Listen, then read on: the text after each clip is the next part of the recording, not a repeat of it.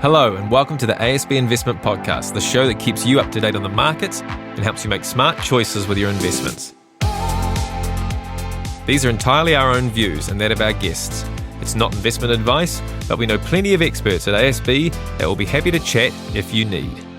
Well, welcome to the latest edition of the ASB Investment Podcast. I'm your host, Nigel Grant, and in this latest episode, we're going to dig into what's been happening in markets and on the economic front, both here in New Zealand and abroad. And there was a fair bit on in April, to say the least. And to help us understand it all, I'm delighted to welcome back our favourite Chief Economist, our very own Nick Tuffley, and Max, the dog, on the couch. We've never had Max on the couch before. He's the studio dog, but we're delighted to have him there contributing as well. Welcome back to the podcast, Nick.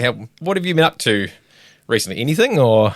Well, I think we're all trying to sort of get through sort of post-Trump stress disorder at the moment, but I've been doing a lot of home admin, getting ready for some heat pumps. You know, it's getting a bit frostier out there in the global environment, so just getting a bit more prepared for that. I was going to ask you how was your therapy on the post-Trump going, but we'll leave it to another time. So it's great to have you here. First, to kick things off, I wanted to zoom in and take a look at, obviously that global economic landscape and picture at the moment. The big players like the US, China, Aussie, they're all facing their own unique challenges, and those kind of ripple effects don't stop just at New Zealand shores. So how do you and the team see kind of the overall dynamics shaping our own economic outlook? Well, we've been in this environment where US economy looking like it's doing pretty well, very resilient out of all the economies that's been struggling with getting inflation under control. Yeah. Australia, holding up better than we did, but having inflation being quite persistent, and that's why we've seen interest rates being a lot slower to fall there. But was looking like things will be picking up there, and we were just waiting for China to just start to recover and maybe get past the sort of post-COVID sort of slow patch. And then, of course, now everything's been dominated by the tariff. And something happened. There was apparently an election, and now we've got the tariffs. So the big thing at the moment and the great cause of uncertainty is we don't quite know where all the tariffs will settle on various countries, what impacts that will have on trade flows, and what responses governments will put in place to shore things up. So we can see there's going to be a lot of negative impacts, particularly in the countries that are really in the thick of it, like the US, Canada, Mexico, China. For the rest of us, the impacts are going to be a lot more subtle, I think. And do you guys have a view on, you don't have to have an answer on it, but do you have a view on where you think tariffs will settle?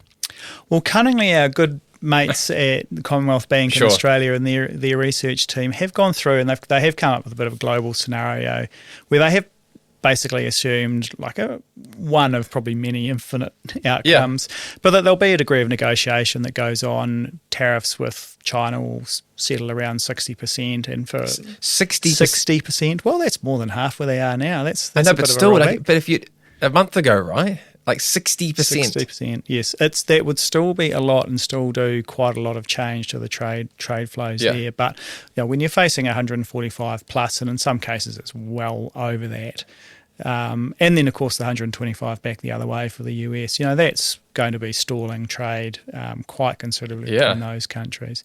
But the assumptions for the rest of the world are a bit more benign. So Europe, 15%, Canada and Mexico 12%, and the rest of us 10%. It's still raising quite dramatically the average tariff rate that the US is charging, but that would be a reasonable pullback. But even on that scenario, they're looking at 0.5% off global growth, pretty much a halving of US growth.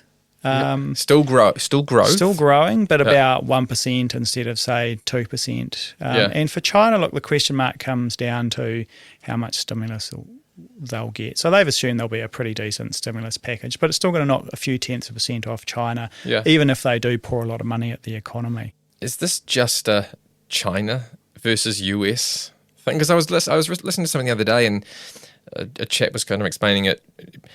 We can think all we want, and it's psychoanalyze the whole situation, but maybe the guy just loves tariffs and wants to penalise China. Is it as simple as that, or is it more complex? I think Both is the answer Okay. that covers a lot of it, because Donald Trump's long been a believer that tariffs are the way to economic prosperity. They'll get the manufacturing back into the US. He's harking back to the 19th century when the US just relied on tariffs, although there was something to do with tea in the Boston Harbour, I'm not quite sure, way back in time. Yeah. But there was a time when there weren't, income taxes are a relatively new thing, and tariffs have been around a lot longer. So he's harking back to that day and thinks that putting in place tariffs will bring manufacturing back to the US. But he's particularly exercised by China, and there's not just the trade imbalance, there's also that two competing superpowers. Yes. The rise of China and wanting to thwart that seems to be going on as well. So it's sort of twofold in there, and you saw a lot of that in the first presidency, where there was quite a huge focus on penalising China. Yeah, sure. And so we held a call the other day with our own investors, just answering a number of questions they've sent us over sort of the past month and since the Rose Garden, chart announcement. One came up whether or not this tariff situation could be deflationary for us and maybe some other countries. Do you guys have any thoughts as a team on if that's the case, or is it it's going to inflate everywhere? Oh, it will be different depending on where you are. In the US, unambiguously inflationary. There will be some, if not a lot, of the impacts of the tariffs passed on to US consumers. Places that put in place their own tariffs on US products, that's probably going to be causing some short-term inflation. But when you look beyond that, what you're probably talking about is export activity being a bit lower than otherwise, or at least the profitability being weaker, and that likely to flow through to, say, less investment, less employment, a little less money flowing into economies, and likely to be a bit disinflationary when you're sort of looking at a year or two out. So in the short term, quite mixed. I think for New Zealand, we may find that if anything, we see import prices be slightly weaker than otherwise, as there's a lot of trade diversion. Look, China's going to be trying to sell stuff anywhere it can, so we may well see a lot of cheap products coming into New Zealand, as an example. And when you're getting through into next year or two, we'd expect, there's that chance of our export incomes being a bit weaker, not just through what we export to the US, but that potential for export growth to other markets being slightly slower than otherwise. Just as they haven't got enough money, or haven't got as much to use. Turning our attention now to kind of the RBNZ, or the Reserve Bank of New Zealand, and monetary policy, everyone's favourite topic. With inflation and economic data moving, I guess a lot of moving targets on those, the OCR remains quite critical. But where do you think it's headed next, and how is it influencing behaviour across our country? So we think the cash rate's still going to come down. I think even before you had all the tariff shenanigans, it looked like there was a case for at least one more rate cut to come through down to 3.25%. So we have adjusted our view in recent weeks to the view that cash rate could get down to 2.75%. So that's an extra 50 basis points lower. I guess contingent on how much of an impact it looks like we're likely to have New Zealand from what's happening. So we've got financial markets, as they always do, anticipating 30 of the next two rate cuts in effect. So we've actually got a cash rate of around 2.75 already factored into the wholesale rates. The so what for New Zealanders is, look, it means we're likely to have some cushioning from lower interest rates. So we may see a bit of a rebalancing in the economy slightly if rates get cut a little bit lower, and that's helping offset some of that weaker export income.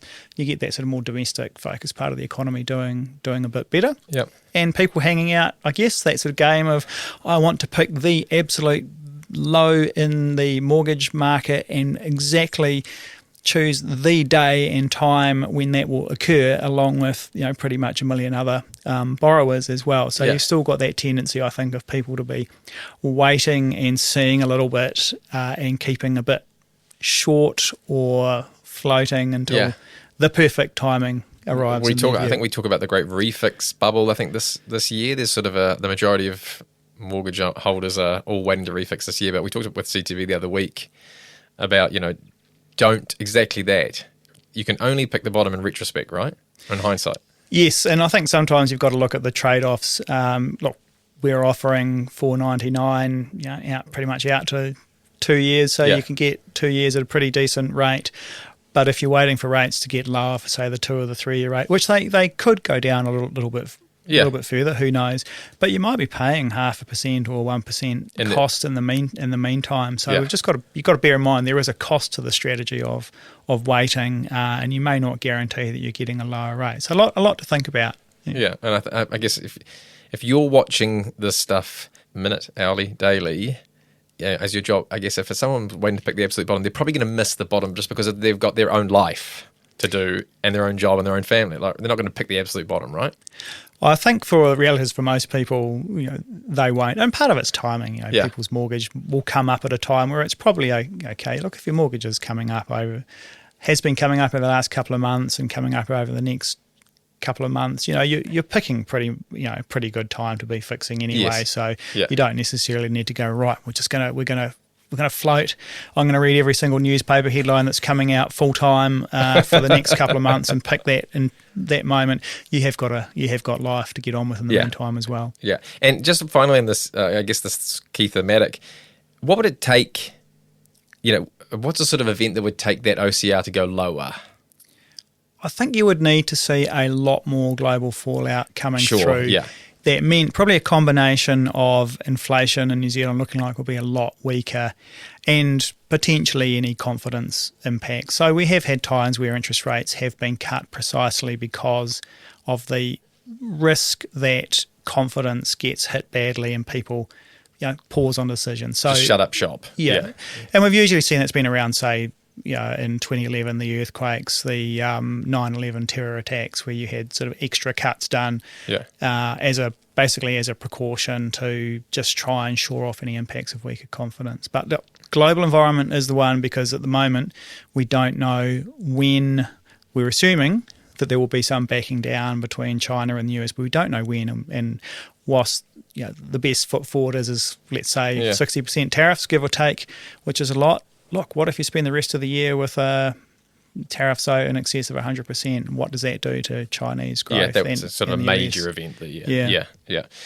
Okay, so with that beautiful kind of setup into the next kind of thing I want to explore is obviously everyone's favourite. Well, after the OCR, everyone's second favourite topic, the housing market. No economic conversation in New Zealand is complete without talking about it. It's been a volatile few years for property, and I've kind of thought it's just sort of seems to be just going stagnating or sort of going pretty calm at the moment. But you can correct me on if that's right or wrong. Where do we stand today, or where do things stand overall in the housing market? Well, I think the plus side on the housing market at the moment is it's been pretty immune to the Trump volatility. So prices have been as flat as a pancake with very little volatility. Okay. It's been a very slow recovery. So we've just seen sales turnover just really inching up, and prices, they're generally going up, but again it's at a snail's pace. They've stopped going down. You're getting these 1, 2, 0.3% moves up each month, so things gradually heading in the right direction, but it is really gradual.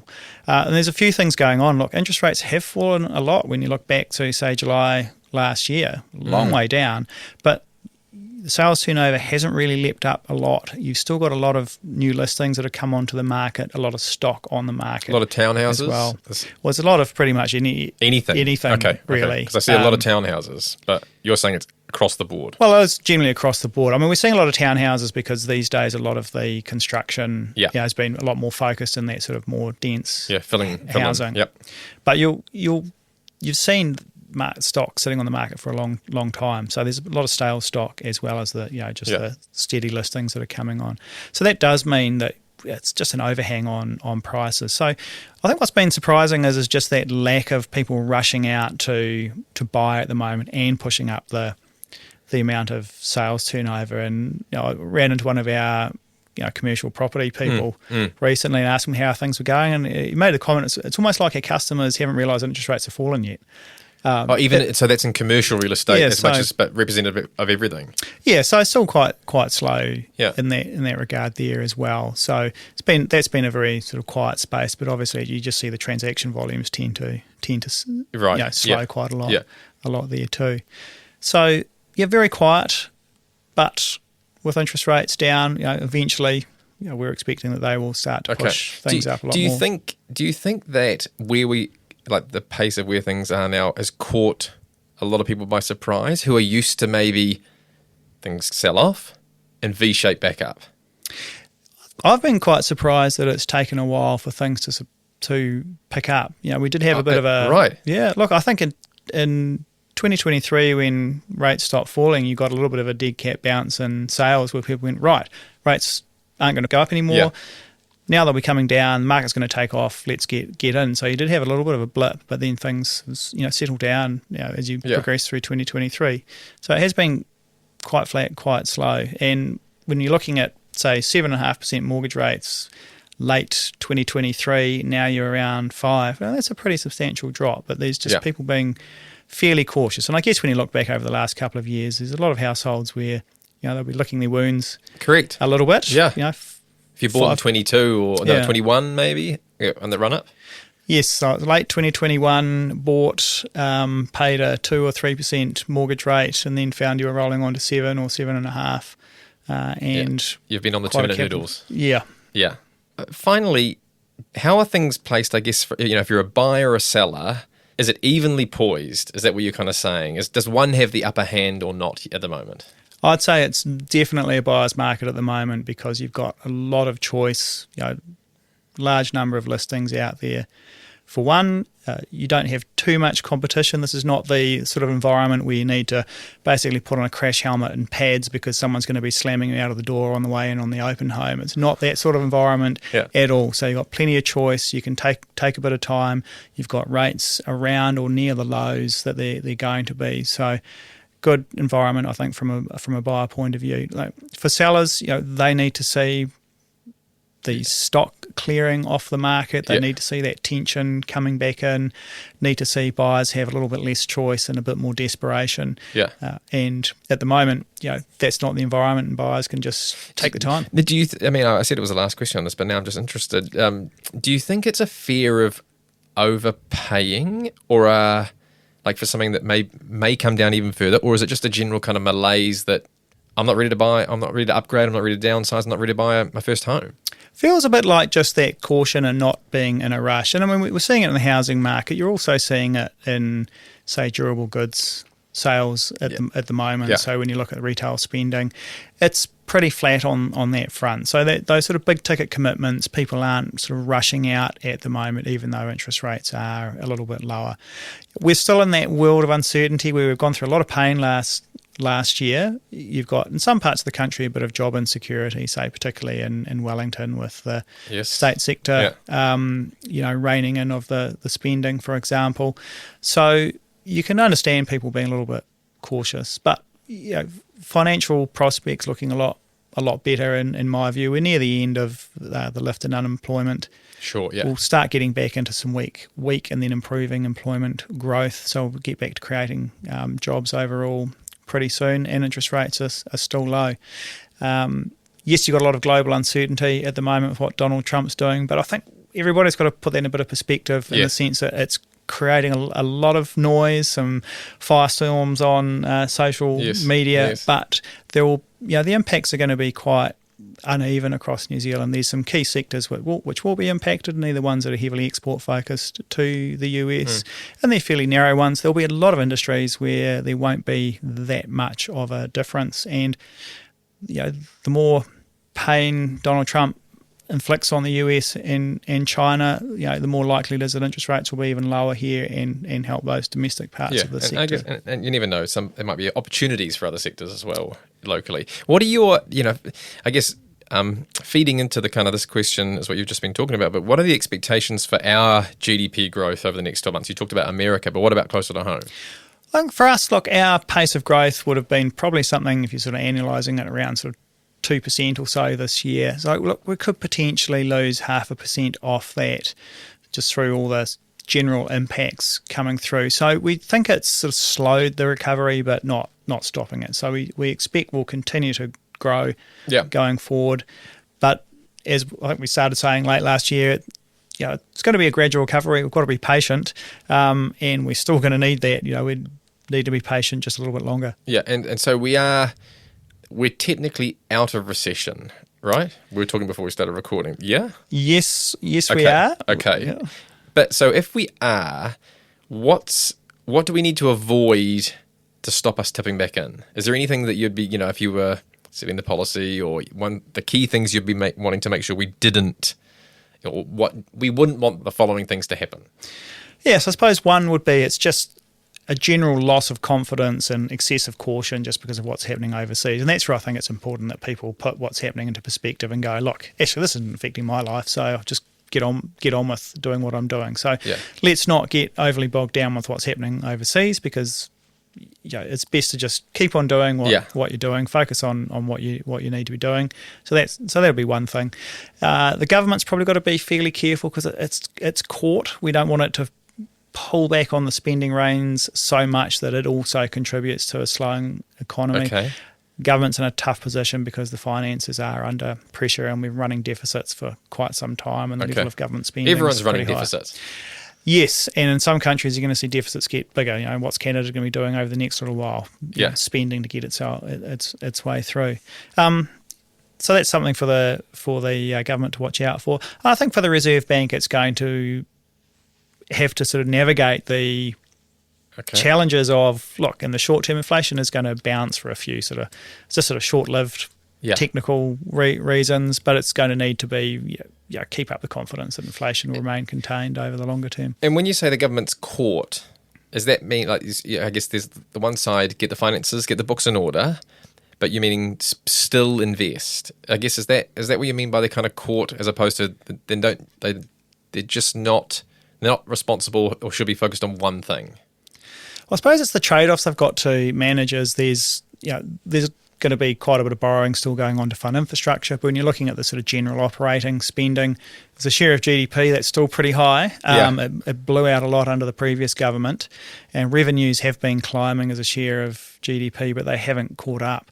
Now you're hitting a period where recovery is looking pretty slow, but the government hasn't really got the ammunition to go and do huge, like a Germany type thing where they or what Canada will do. Not that we necessarily need that, but it's just constraining the government in the sense that if things do go terribly wrong globally, it's got that challenge where it can only really do so much without suddenly running up a lot more debt. And it's tough when you're trying to build your way out of sustained deficits. Is this just still COVID hangover? It's partly, look, I think COVID did mean there was quite a big lift in government spending, but a lot of things, got wound back. So the wage subsidy, probably one of the biggest single expenses, probably good value for money in the sense of I think it just helped keep a lot of people in employment. Things like that abated, but there was just a lot of other spending that just seemed to just lift and lift and lift. And that's the sort of challenge where you've had, quite a sustained... Well, we got a sugar high, but then we keep feeding ourselves the same amount of sugar going forward. We all know what happens to kids when we feed them, sugar and then top them up. So we had a bit of that. So now we're getting into that bit where the blood sugar levels sort of drop quite a bit, and the government's being sort of quite careful and more focusing on how it can reprioritise the existing spending. Sure. Yeah. And a final sort of into their final questions now, but if thinking about, I guess, probably less so investors and probably more business owners, what do you think they should be really wary of right now or thinking about? You kind of mentioned about get on with things, and whether it's investing in their business, but if you're a business owner or you're talking to business owners, which you do, and our clients, what things do you think should be top of mind for them? I think first of all, keep things in perspective. I think that's really important at the moment. I think the second thing is if you are importing or exporting, it's really understanding your markets, your sources. Look, if you're an exporter, you've got to be very mindful that your demand could shift quite quickly. You need to be able to pivot and find alternative markets relatively quickly, and sort of thinking about those, particularly if you're exporting to the US and China. If you're importing, there's all the cliched threats and opportunities. Right. Will some goods become a lot cheaper? Will you be able to strike much better deals?